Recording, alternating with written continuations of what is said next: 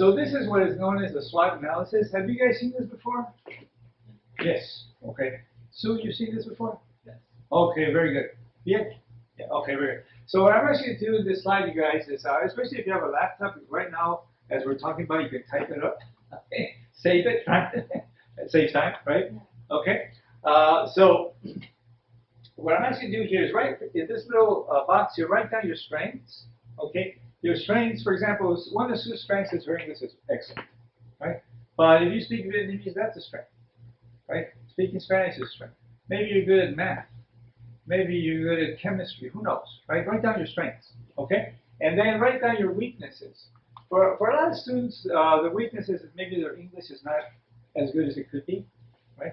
Or maybe they don't have a visa to work if they're foreign students, right? That's a weakness. So write down your strengths and write in this box, and write down your weaknesses in the other box. And then in this box here, write what opportunities are in the marketplace where you can take one of your strengths and combine it with an opportunity to make money. Okay? So say, for example, let's say you speak Vietnamese. You could work at a car dealership selling cars. You could work in real estate selling houses, right, to Vietnamese-speaking people. You could even work at a Vietnamese restaurant, which some students do. They work at a Vietnamese restaurant like that, right? So that's just, the strength is that you speak Vietnamese, and the opportunity is working in car sales or home sales or even a restaurant, right? And that's where you make money. And then with your weaknesses too, okay? What are there some opportunities out there where you could apply even a weakness to make money? Okay, so maybe some of the students, their English is not the greatest, but it's good enough to get a job. I mean, if your English is good enough in most cases. Okay, I've met students who don't speak any English. Okay, so for them, English is it's beyond the weakness. Okay, but for our students here, your English is good enough. Even if maybe it's not as good as Sue's, but it's good enough to get a job. Okay, okay. And then write down the threats, okay, to your strengths and the threats that combine with your weaknesses to really mess up your life or your career or your finances.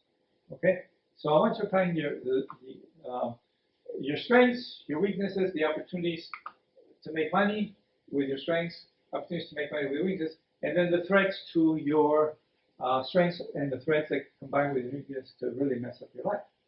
Okay, and I'm going to give you an example of beginning by combining strengths, how you can combine a strength with an opportunity to make tons of money. Okay, so let me give you an example of that. At least there's a lot of examples, of course, but this is a good one. Let me go to gentlemen.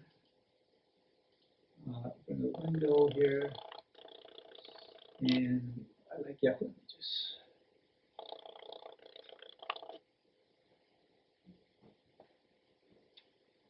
Okay. And let's look at Michael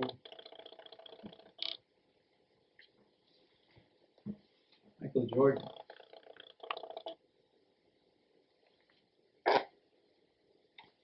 Okay. Let's look at this gentleman here.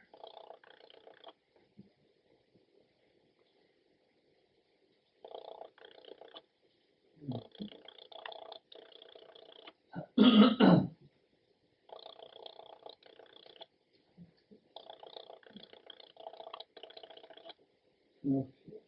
What is the picture now?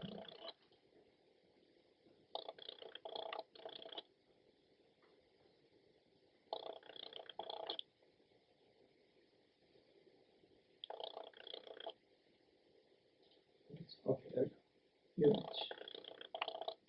Okay. Are you guys familiar with Michael Jordan? Do you know him? No?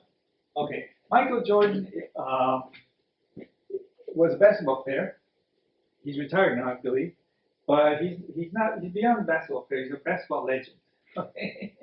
Okay. Just like Michael Jackson is not just a musical legend, right? Michael Jordan is a basketball legend. And he's a very good example of how you can use a strength and combine an opportunity to become fabulously wealthy. Okay?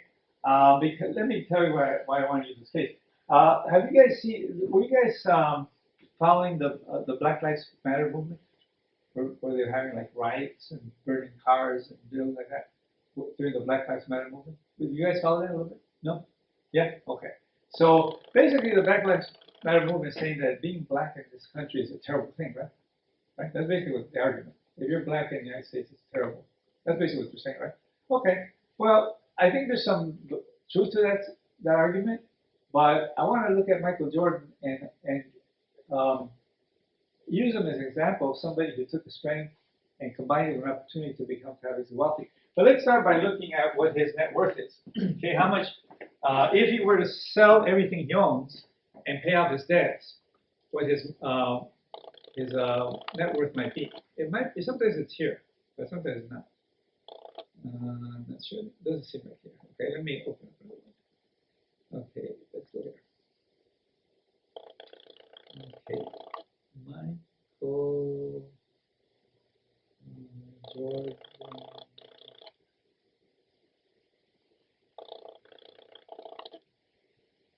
Net worth. Okay, there we go. Okay.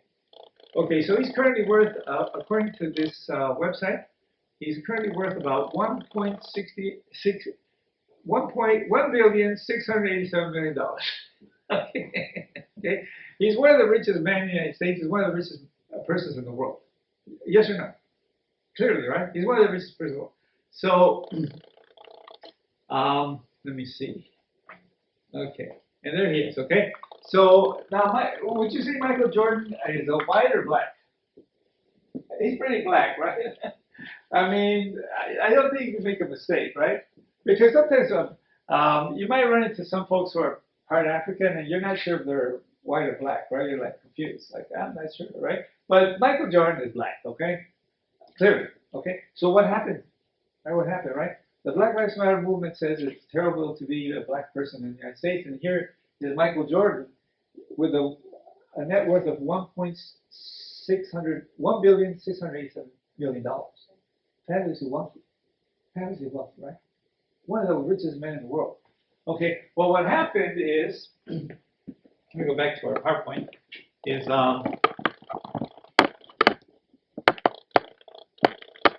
that he had a strength, right? He identified his strength. Okay, and his strength was that he's a fabulous basketball player, right? He's the best when he was young. He was the best basketball player in the world. Not just a good basketball player, he's the best basketball player in the world. Okay, and he combined that strength with an opportunity called the Chicago Bulls, right? And that's how he began to build a massive fortune. Right? So when you go to these career counseling centers and they want you to take this test and that test and that, you should take them. You know, the Myers-Briggs or whatever test. You take them just for the fun, you know. But it's going to come down to that. You know, your performance is going to be based on identifying your strengths and then matching an opportunity to make money. That's what's going to come down to. Okay, like that. Okay, so that's how it works. So that's a good example of Michael Jordan taking his strength as a basketball player, applying it to an opportunity called Chicago Bulls, and then becoming fabulously wealthy. Who wouldn't want to have $1 billion? You know, it must be an incredible life. But next, I want to give you an example of how a weakness can combine with a threat to really mess up your life. Let me go here and let's go. Now we're going to look for Dr. Oops. Dr. There's a lot of examples, but let's go with this one. Nassar. Conviction.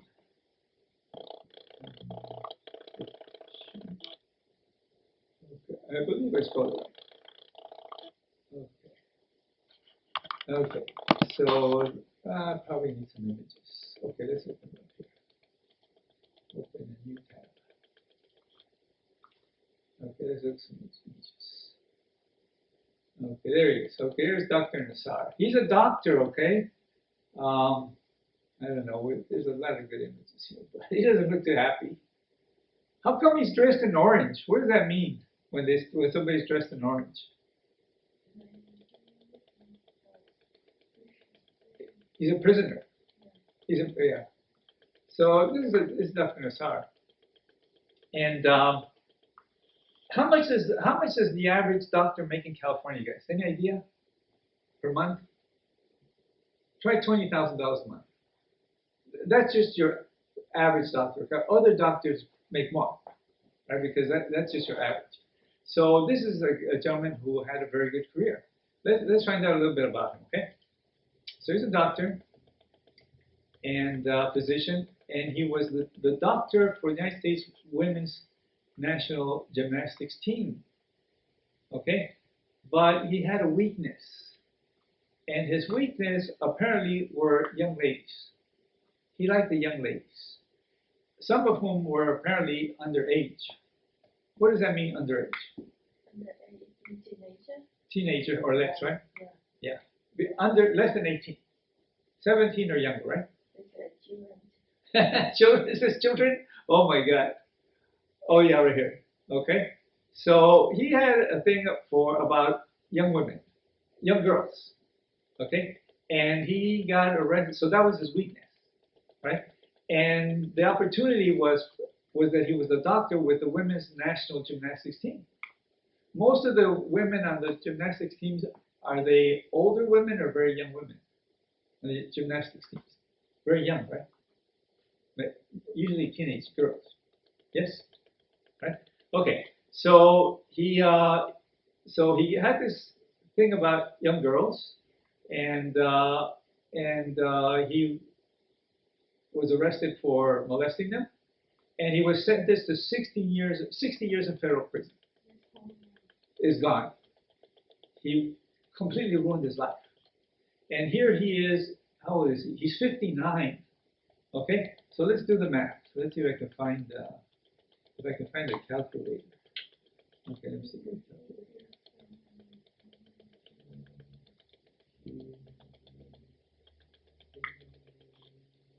Four. Okay, that's it. Okay. So he's 59 years old when he was convicted, and we had 60 years in prison, right? So he will be released from prison at the age of 120. You think he's ever going to get out of prison? No, he's done. He, like Thao said, he ruined his life. He completely ruined his life. Don't think he's the only one. Okay, there are a lot of people who ruin their lives. He's not the only one. Okay. So there you go, okay? So what I'm actually going to do here is write down your weaknesses and the threats, okay? Now the weaknesses that you might have might be sexual, it might be alcohol, it might be drugs, it might be smoking, it might be gambling, I don't know, right? But if you have a weak, one of my male students said, I have that same weakness, okay? So the whole class, I don't know why he said that. But he said, because I have the same weakness, okay? Meaning that he likes the young ladies. But I don't think he meant young girls. I think he meant women. You know, he likes women. Okay? So write down your weaknesses and then you need to identify your weakness, right? And then you need to have a plan for addressing the weakness, right? So that, let's say your weakness is gambling.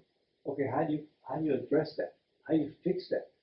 Or let's say your weakness is smoking cigarettes. How do you fix that?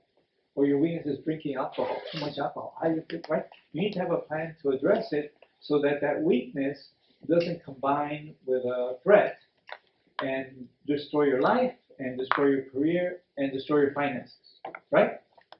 I had a student who had this problem at another college. He was a young man, very, very handsome young man from the Middle East, and he went to a bar and he met a young lady and then took her, this is a true story by the way, he took her to his apartment and he put something in her drink and when she woke up she didn't have clothes on, and she was naked, she didn't have clothes on.